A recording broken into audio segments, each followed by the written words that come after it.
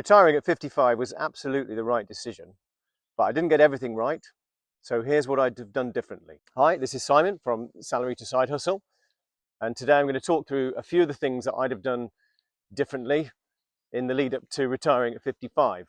Some of them going back really quite a long way, but most of them much more recent over the last 5 years or so. And the first one is that really it wasn't traditional retirement that I was looking for. It was an escape from the rat race. And they are very different things. One really is just putting your feet up. You've had enough. You're done. It's time just to rest and recover, and then do nothing, or maybe find something else to do. And the other is where I find myself, which is very much more along the lines of an active retirement. And really, it's all about that rat race being optional, not being something that I have to do every day, something that I can choose to do, or in this case, choose not to do.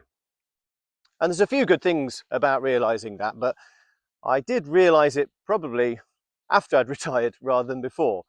And if I'd realized before, it would have given me more options, because it removes to some degree that cliff edge of going from working to not working. And you can just do things a bit more flexibly. And also I'd have had longer to plan it, because I'd have realized what the objective was. And it's not necessarily to fill that multi-year gap between now and when my pensions start coming in. It could have been something a little bit different. So that's the major thing really that was a bit of a late realization for me. And the other thing would have been to talk to more people. There've been some people who've gone through the same as this that I know in real life, and they've made successes, or in a couple of cases they've actually decided to go back to work. There's a couple as well who I would call boomerangs. They've given up work for a couple of months, then gone back, and then decided to give up again, and in one case actually go back again, and they're still there. So I'd certainly want to talk to people and understand their experiences before I kind of make my decision in stone. That would have been something I'd have done on reflection. So that's the mindset around retirement. Now let's get on to finances. That's always there somewhere, not even in the background, in the foreground, really. And what I didn't do in the run-up to retirement was implement a pay me first approach, which is as soon as you get paid, you decide how much that month you are going to put away. And then immediately you transfer that money out. And that's why it's called pay me first. Your bills haven't been covered, your spend hasn't been covered. But what it does is it allows you to live on what's left. So it's really good training for managing with the money you've got rather than the money you could spend. So as soon as that money's gone out of your account, it then becomes sacrosanct. It's in your savings, you can't touch it. And that's really good practice for the financial control that you need in retirement. And I'd also have invested sooner. It took me until my 40s really, before, well, I guess late 40s, before I started to put away any money at all. I'd really targeted paying off my mortgage. My goal there was pay it off by the time I'm 50, which I managed to hit, but it was a bit obsessive, a bit single-minded. And what would have been better really is to use some of the money that was going into my mortgage to actually invest, because I'd have probably made a better return over time. But I am a great believer in not having to worry about money as much as you possibly can.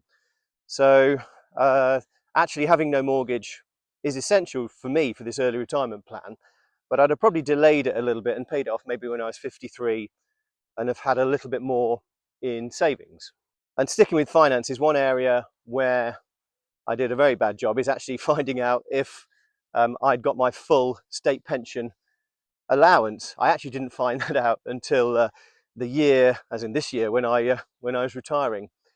Luckily for me, I've already got enough, but it would have been a little bit of a shock had I found out that I was several years missing and I was going to get less than I thought from the state pension. So if you are considering this, make sure you get on the government website and check what you've got in terms of your pension allowance.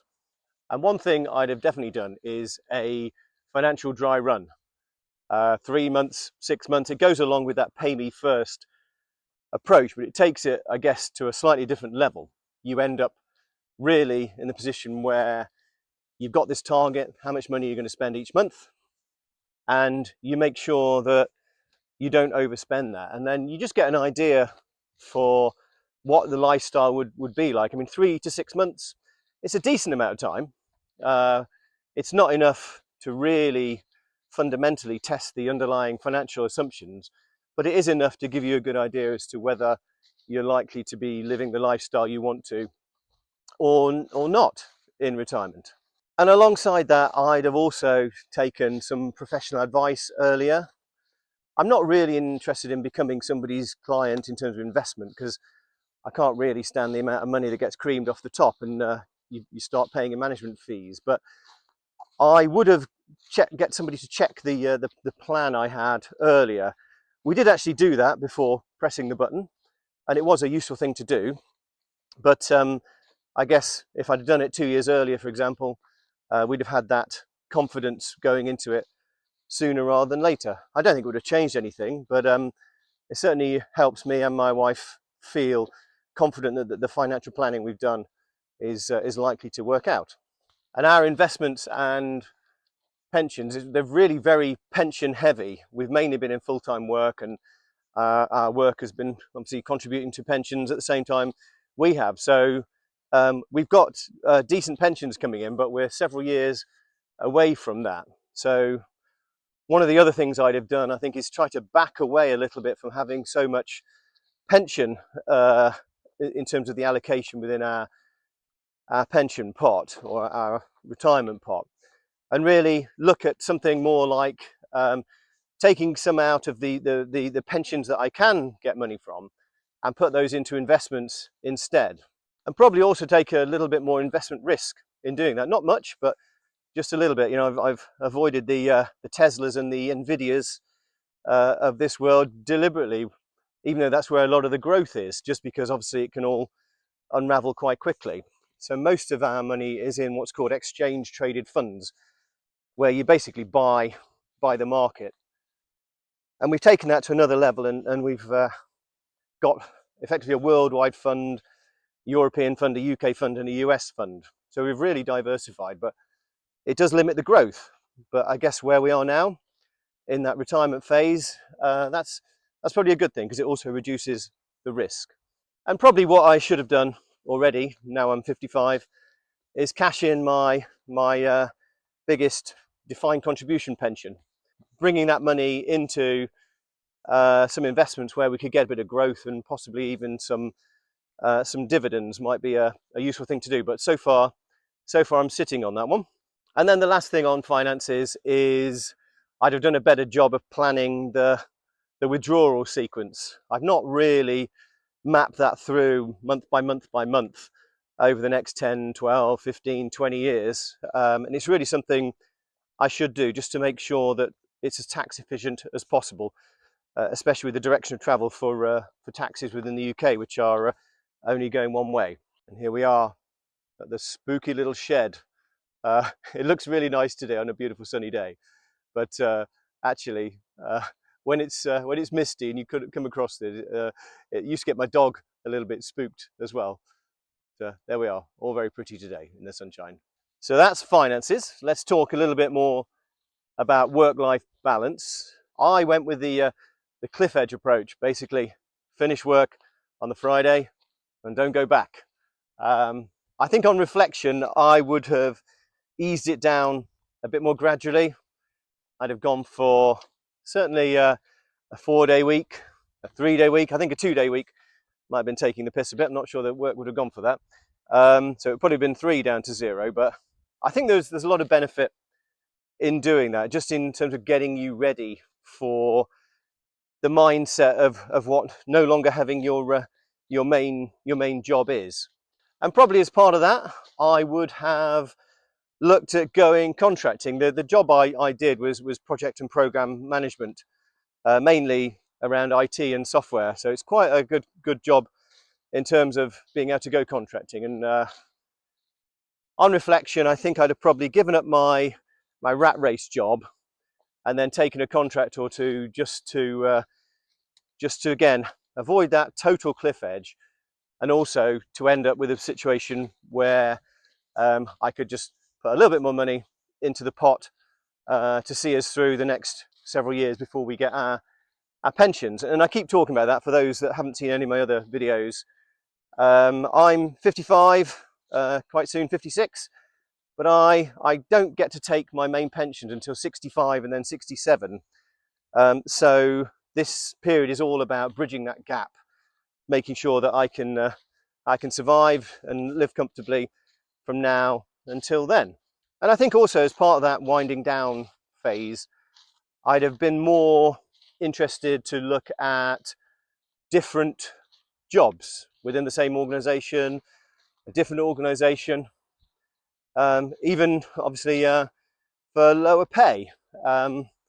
Again, just all part of that, trying to chip away a bit at the cliff edge so it became more of a glide path. It's actually worked out okay for me, but I think for many it would have been probably too abrupt. And then going all the way back to when I was in my early 30s, I just got an opportunity to get my first senior management role, and it was a choice between kind of going with a more general and varied management role, or doubling down and becoming a technical architect in a particular kind of technology. At the time, I figured I really liked variety, so I went with the general management role. Looking back now, I think probably I'd have had more job satisfaction overall if I'd gone with the technical route, and that might have kept me in the workforce for longer. But you know, these are reflections, and that was 20 odd years ago, so it's not been all bad. But I think given that junction again, I'd probably take the different technical roles this time. So that's some of the work-life balance. Let's talk about the transition now and what I'd have done to get ready for it. And I think one of them, this is something I'm already struggling to actually put into practice, but I would have looked to do some kind of volunteering as something at the same time as doing my main job. That would obviously limited how much it could be, but it'd just be a good way to get used to the kind of skills that volunteering organisations are looking for, and to see what I could do that would be useful. And then I expect what would have happened is I'd have gone to 3 days a week and then done a day's volunteering, again just to get that glide slope rather than the cliff edge. I'd have also done a pretend retirement, not the financial type. This would be the sort of lifestyle type. Probably all the annual leave I could have expected would have been 2 weeks. Otherwise, I've been sacrificing too much of that precious leave. And that would have given me an idea of what a typical day would look like. It'd be quite an artificial test, obviously, because it's over in a couple of weeks. And certainly one thing about retirement, the time flashes by, despite maybe not having quite as much to do as previously. And a lot of what I'm doing is keeping myself active with sports and hobbies and side hustles, and I'm enjoying them all. Certainly from the sports and hobbies point of view, I'd have probably joined a club or two sooner than I did, because many people work, and pretty much all the clubs can cope with evenings. So I could have got into other things prior to retiring and then sort of starting from scratch. And also the side hustles I've got, they ebb and flow a bit. I've not been particularly excited by them the last week, for whatever reason. They do go up and down, you know, you get those dips like anything. But we're back on it now, so hopefully I can get a bit more useful activity done for those this week. But they're really helpful, and I think had I known they were going to be successful, I'd have started them sooner. But that's hindsight. We are where we are. Happily, I started them a couple of years ago, which is still great, but I'd have started 5 years ago, certainly with Kindle Direct Publishing, because 5 years ago it was a lot easier to make money on that than it is now. And then looking at the long view again, going back into my 30s, we relocated from the southeast to the southwest. When was it? I think I was almost 40 when we did that. And really, looking back now at the quality of life change and the finance change, that's a move I'd have made several years earlier. But you know, I enjoyed living in the southeast. It's busy, there's a lot going on, but definitely for my personality, the southwest suits it a lot better. So I'd have made that leap earlier. So that's a bit about the transition. And then lastly, just briefly on timing. I have retired just when the days are getting shorter and colder and wetter and darker. I wouldn't recommend that if you've got a choice. I would definitely suggest going with a spring retirement, so that the days get longer and warmer, and if you're lucky, drier. And then you've also got the summer holidays coming up, which is a nice time to be retired. And lastly, I would have coordinated better with my wife. She is still working. She's happily working, but I think it would have been better if we could have worked out a joint date and I could have done some of those things that meant I didn't go full cliff edge. And probably what would have happened is we'd have both gone 3 days a week for longer, and then the plan would have still worked fine, but we'd have ended up retiring at the same time.